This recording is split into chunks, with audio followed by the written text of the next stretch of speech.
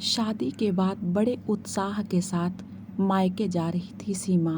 मन भाग भाग कर बचपन की यादें, वहाँ बिताए एक एक पल याद कर रहा था। लेकिन वहाँ पहुँचकर वही मन डूब सा क्यों गया। मोबाइल फ़ोन की घंटी बजते ही सीमा ने तुरंत फ़ोन उठा लिया। रिसीवर के दूसरी ओर माँ थी। माँ आपको ही याद कर रही थी। भैया रवाना हो गए, आप सबको देखे महीनों हो गया। सीमा थोड़ी सी रुआसी होकर बोली, भैया कब तक आएंगे? मुझे तो सब्र ही नहीं हो रहा। अब कब आकर आपसे मिलूं? आ रहा है बेटा, तेरे बिना घर ही सूना हो गया। तू तो हमारे घर की रौनक थी। तेरे बाबूजी, भैया, मैं, हम सबको तू बहुत याद आती है। तेरी नई भाभी तुझसे मिलने को अधीर हैं। दीदी कब आएगी, बस यही पूछती रहती है। अच्छे से सामान पैक कर लेना, खाने पीने का सब सामान रख लेना। ट्रेन से नीचे मत उतरना, मौसम थोड़ा ठंडा है, कुछ हल्का ओढ़ के रख लेना। हाँ माँ, रख लूँगी। अब मैं बच्ची नहीं रही, शादी हो चुकी है, मैं सब मैनेज कर लूँगी, कहकर सीमा ने फ़ोन रख दिया। माँ भी ना, यह सोचकर सीमा मुस्कुरा दी।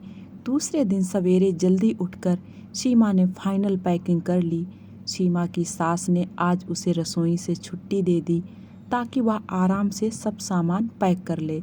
रोहन से दूर होने का दुख था, लेकिन महीने भर बाद मायके जाने की खुशी भी अलग थी।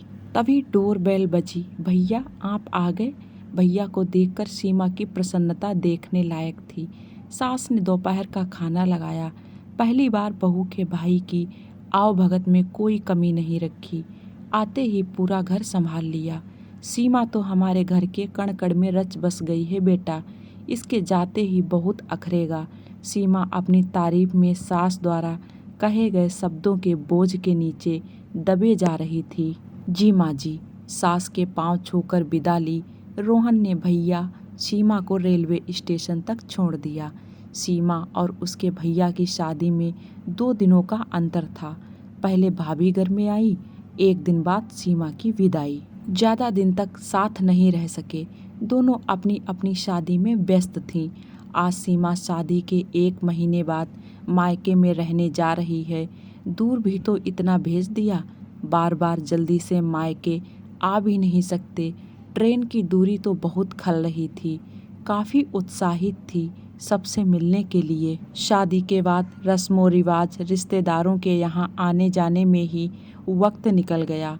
रोहन के साथ हनीमून की मीठी यादें याद करती रही, कभी मायके में बिताया हर पल। शादी के बाद लड़की 2 नावों की सवारी करती है, दोनों में संतुलन करके चलती है। मायके वाले भी उतने ही प्रिय होते हैं जितने कि ससुराल वाले। मायके में जिंदगी का अल्हड़पन बीतता है और ससुराल में जिम्मेदारी और कर्तव्यों को वहन करना पड़ता है। मायके में कोई रोक टोक नहीं, कोई बंदिश नहीं। सबसे बड़ी बात, वहाँ अपेक्षाएं नहीं थी। ट्रेन में भैया भाभी के ही गुणों की व्याख्या करते रहे हैं। सीमा का मन अधीर हो गया भाभी से मिलने को। घर की इकलौती लाडली सीमा काफ़ी चतुर व समझदार थी।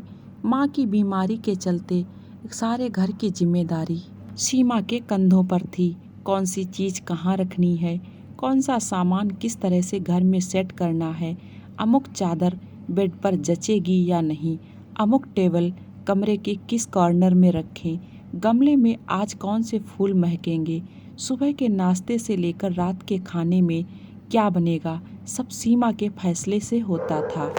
सीमा माँ, बापूजी, भैया के साथ अपनी ही दुनिया में डूबी हुई थी।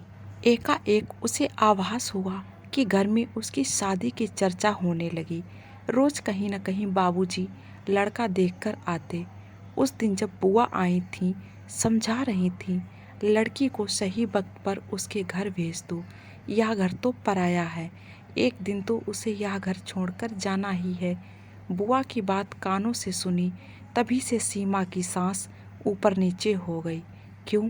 यह पराया घर है, जिस घर में पली बढ़ी, खेली कूदी, हर खुशी पाई। किसी के पास कोई जवाब नहीं था, पर सबका यही कहना था, जाना तो होगा ही।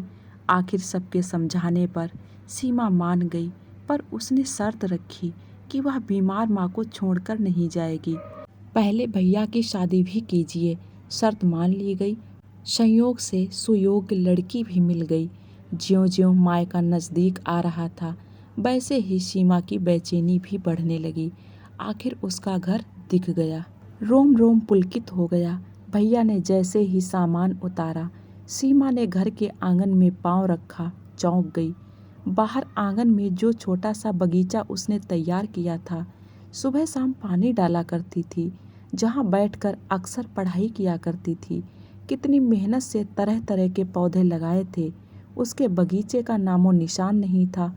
आंगन की महकती खुशबू को बेजान पत्थरों ने दबा दिया था। सारा आंगन पक्का करवा दिया गया था।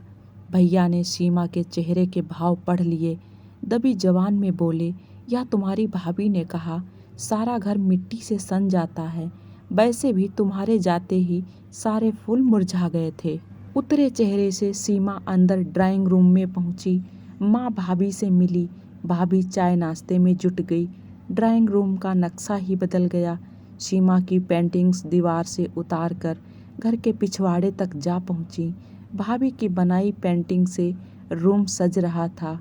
दीवार पर पेंटिंग की चादर की जगह भाभी के हाथ की कसीदे की चादर फब रही थी। अब सोफा सेट की दिशा भी बदल गई थी। गमलों में बनावटी फूल खिल रहे थे। पर्दों के रंग भी उलट पुलट गए थे। उसे लगा मानो वह किसी नई जगह पर आ गई। सीमा मन मसोस कर रह गई। कहने वाली थी कि माँ यह क्या, तभी माँ बोली, तेरे घर पर सब ठीक है? उधर माँ भाभी की बनाई चीज़ों की तारीफ करते नहीं थक रही थी। तेरी भाभी ने आते ही अपना घर संभाल लिया। सच है, यह भाभी का घर है, मेरा तो कभी था ही नहीं। हौले से सीमा बुदबुदा दी, यह घर पराया था नहीं, पर अब लगने लगा है। मेरी इस घर में कोई अहमियत नहीं रही। सीमा मन ही मन रो दी। रात के खाने से निपटी थी, अब उसे मेहमानों का कमरा दिया गया। रात भर सोच सोच कर करवट बदलती रही। बचपन के स्कूल से हर पल हर क्षण याद आते रहे। वह अपने ही मन को समझाती रही, माँ, बाबूजी, भैया, भाभी के प्यार दुलार में कोई कमी नहीं है। फिर भी अब वह बात नहीं रही जो शादी से पहले थी। हिचकिचाहट नहीं थी। कुछ भी काम करना हो अब पूछना होता है। भाभी के हिसाब से घर की किचन की सेटिंग है तो मुझे क्यों अखर रहा है? अपने आप से सवाल करने लगी। मैंने भी तो रोहन का घर संभाल लिया है, जैसे मुझे पता है घर की कौन सी चीज़ कहाँ रखी है। यह सोचते सोचते जाने कब आँख लग गई। सुबह नाश्ते की टेबल पर भैया ने माँ के हाथ में रुपए दिए। माँ ने आवाज़ लगाई, बहू, ये रुपए अलमारी में रख दे।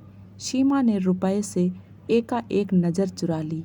शादी से पहले चाबी सीमा के हाथ में ही रहती थी। कुछ दिन मायके में रही, लेकिन उसकी उपस्थिति मात्र मेहमान स्वरूप ही रही।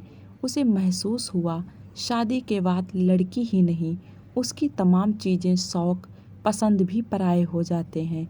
माँ, भैया, भाभी ने कुछ दिन और रुकने को कहा, पर सीमा टस से मस नहीं हुई। उसके अपने पराये और पराये अपने हो गए थे। अगले दिन रोहन लेने आ गए। बिना किसी मोह आंसू के सीमा अपने पति के साथ अपने घर चल दी।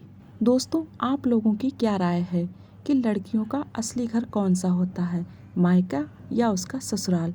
सीमा जो सोच रही थी, उसकी सोच गलत थी या ठीक थी? प्लीज़ मुझे कमेंट बॉक्स में कमेंट करके ज़रूर बताएं। मिलते हैं एक और नई कहानी के साथ में। Thank you.